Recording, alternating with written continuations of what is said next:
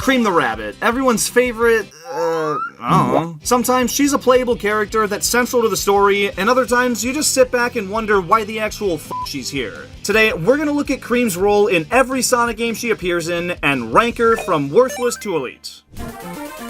In Cream's debut, she makes a pretty good first impression. After Eggman kidnaps her, along with her chow named Cheese and her mother Vanilla, things aren't looking too hot. But literally 5 minutes into the game, Sonic breaks her free and she decides to go adventuring with him to save her mom. And from that point on, you can play as her for the entirety of the game, and she's a solid frickin' option, being able to gain airtime thanks to her giant ears and use her chow as a weapon. At the end of the game, she successfully saves her mom, but then Eggman swoops in again to ruin her day, and Super Sonic goes up solo to take him down, while Cream just sits there and sobs about it. But being one of the better playable characters in the game, and the first one unlocked after Sonic himself, locks this in as one of Cream's best appearances to date. Elite.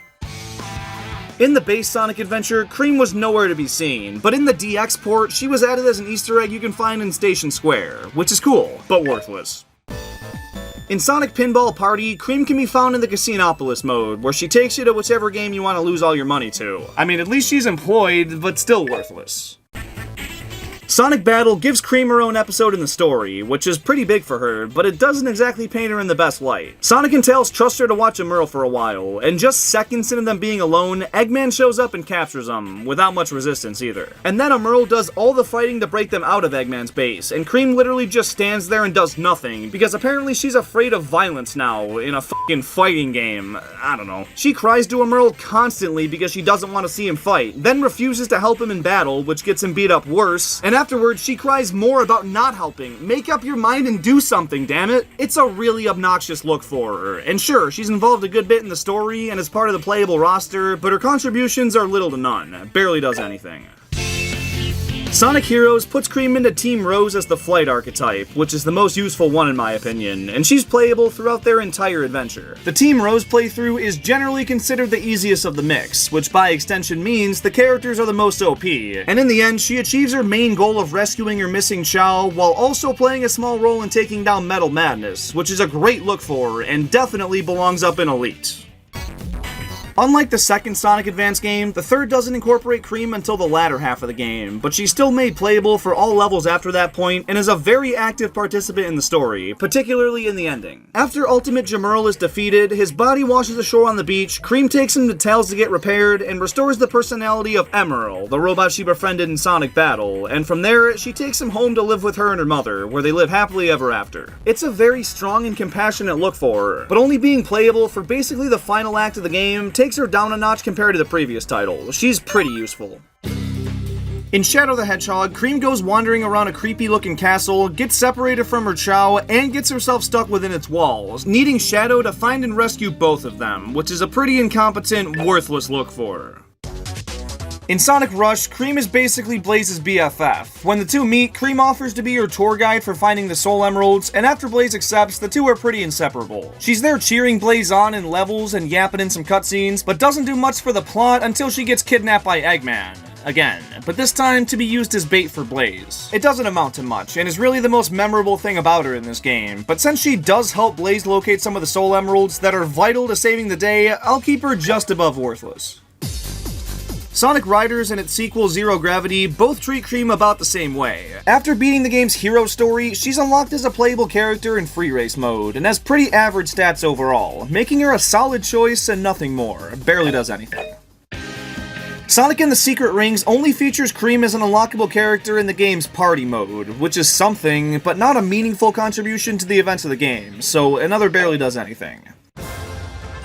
The Mario and Sonic Olympic games always feature Cream in some shape or form, but her role is pretty consistently lacking. In almost all the home console games, she's a common referee. In the handheld games that actually had story modes, she played a minor role and gave missions here and there, and in the 3DS version of the Rio 2016 Olympic Games, she makes her one and only playable appearance. Don't know why this of all games did it, but alright. To average all her appearances out, her minor cameos can't be dragged up by obscure handheld story modes and a one-off playable appearance. She's worthless to the series.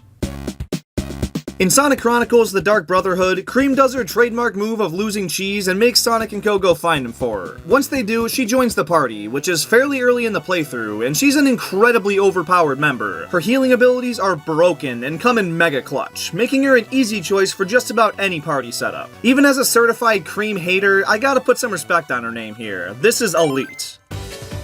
Sonic Colors for the DS puts the previous game on its head and makes her out to be completely helpless. Orbot and Cubot, the most incompetent and stupid Eggman robots ever, are harassing her and trying to take her Chow away, and she cowers down to it and doesn't stand up for herself at all. Thankfully though, Sonic swoops in on 2 separate occasions to protect her. How can she go from the most OP character in the last game to not doing a thing here? Worthless. I'm giving Sonic Freeriders a separate section because she's actually involved in the main campaign this time around. She joins Team Rose for the Grand Prix, which now consists of her, Amy obviously, and Vector of all characters. In each team's story mode, they win their respective Grand Prix, but in the definitive ending, when Metal Sonic arises with all the racer data to kick anyone's ass, Sonic steps up to plate and beats him while everyone else is sidelined. I'd say it's pretty similar to her role in Sonic Heroes. Her team succeeds in what they were trying to do, even if the cash prize was fake, but since she doesn't contribute to the final act at all and really doesn't stand out much otherwise, we'll say pretty useful. In Sonic Generations, she's sucked into the void right at the beginning like everybody not named Sonic, but after she's saved, she helps out a little bit, giving Sonic a mission in City Escape and providing him a ton of extra rings. She also shows up for the Time Eater fight and sits in the background with everyone else cheering on the main heroes. Yeah, she barely does anything. Sonic Dream Team is an Apple Arcade exclusive that brings Cream back to a playable role for the first time in a mainline game since Sonic Advance 3, nearly 20 years earlier. That said, the game starts out looking pretty tough for her. Eggman's got her held unconscious in some kind of weird machine, and Sonic and the gang show up to rescue her, until it sucks them in and they end up at different corners of this world of dreams. Sonic's the only one able to do anything at first, but after rescuing Amy, the two rescue Tails and Cream in one fell swoop, which is still pretty early in the game, and from then on, she's an equally contributing member of the crew. She doesn't stand out that much though. Most cutscenes focus on the entire cast of characters, and Sonic's the head yapper, with everyone else kind of being more situational. Still, as far as Cream the Rabbit is concerned, this is absolutely an elite look. And there you have it.